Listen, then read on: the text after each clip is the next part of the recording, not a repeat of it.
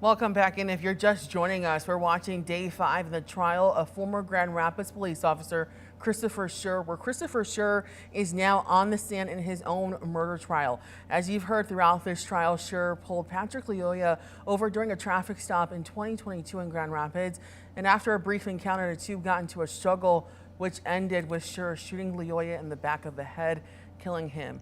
In the 3 years since the shooting, this is the very first time Schurr has spoken publicly about this situation. Tanner, we've been watching this first part of what could be a very long testimony for Schurr. What are your initial thoughts? Well, of course, you're saying it's long testimony, right? We have just now heard from Schurr for the better part of 2 hours, and we're just on the defense side right now. So we still have to wait for cross-examination, which will come here in about 15 minutes. Actually, we know that it's going on right now live again. If you are watching maybe over the air or watching on 13 Plus, you're going to see that on a 30-minute delay, which is court mandated. But some key takeaways here. I was watching the trial as it was going on and watching some of the questioning.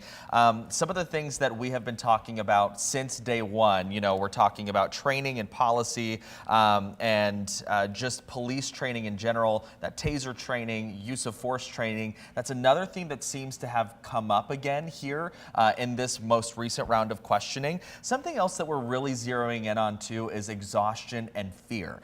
Was Chris Schurr exhausted? Was he fearful that Patrick Lyoya could have harmed him in any way? And also something that we got into a little bit was the intent and mindset of of Christopher Schurr at the time. And again, he going back to saying, I wrote a couple quotes down. If I didn't want to do what I did when I did it, I wouldn't be here today. Is specifically one thing that you just heard him say a couple of minutes ago. Them obviously painting a picture of what his mindset, his intent, and also what he was thinking at the time and feeling at the time during this entire altercation. And of course, I really do think moving forward, not to offer any speculation, but I think it's pretty clear to the viewers at home that they're going to try to paint exhaustion as a major factor in this as well. Definitely building on those building blocks that some experts have told us that the defense has been trying to do since they brought witnesses. I want to bring in 13 on your sides, Callie Lichter. Callie has actually been watching this from inside the courthouse. Callie, what are your initial reaction to seeing Schurr take the stand? I know this has been the question for the past 3 years, ever since Schurr was charged with second-degree murder. Will he take the stand in his own trial? And when it comes to trials, you know, no one can comment on how he was feeling but him if he were to take the stand. So that's why you had a lot of talk during the trial about a reasonable officer, because no one can really comment to how he was feeling, because the only person, you know, who was in that position as the officer in that incident was him. So definitely, you know, starting off the morning with the first witness being called, him taking the stand, it was definitely a shock for all of us media who were back in our media room on the 5th floor, about 5 floors down from the courtroom. You know, I don't know if, you know, we were expecting this would be a possibility. I just don't think we were expecting it to be a possibility this soon. And like you guys were touching on, you know, the defense is trying to paint this as self-defense. He was exhausted. He had no other option. He was just doing his job. So during the defense questioning, we kind of went through almost decision by decision, you know, how was Schurr feeling after that decision was made? Is that decision per GRPD policy? It's going back to those things and what those witnesses talked about yesterday. We had the 2 GRPD captains and a GRPD officer talking about GRPD policy. You had the one witness who was talking about exhaustion. He was an expert in exercise science, and he was kind of going through, you know, Schurr's body language, the heavy breathing. And so we saw a lot of what the defense's witnesses have been talking about over the past couple of days really come into play during this direct examination. And Callie, I want to ask about the emotion that we maybe have seen. That's something that experts have talked about, that's what we may see is the human side of Schurr.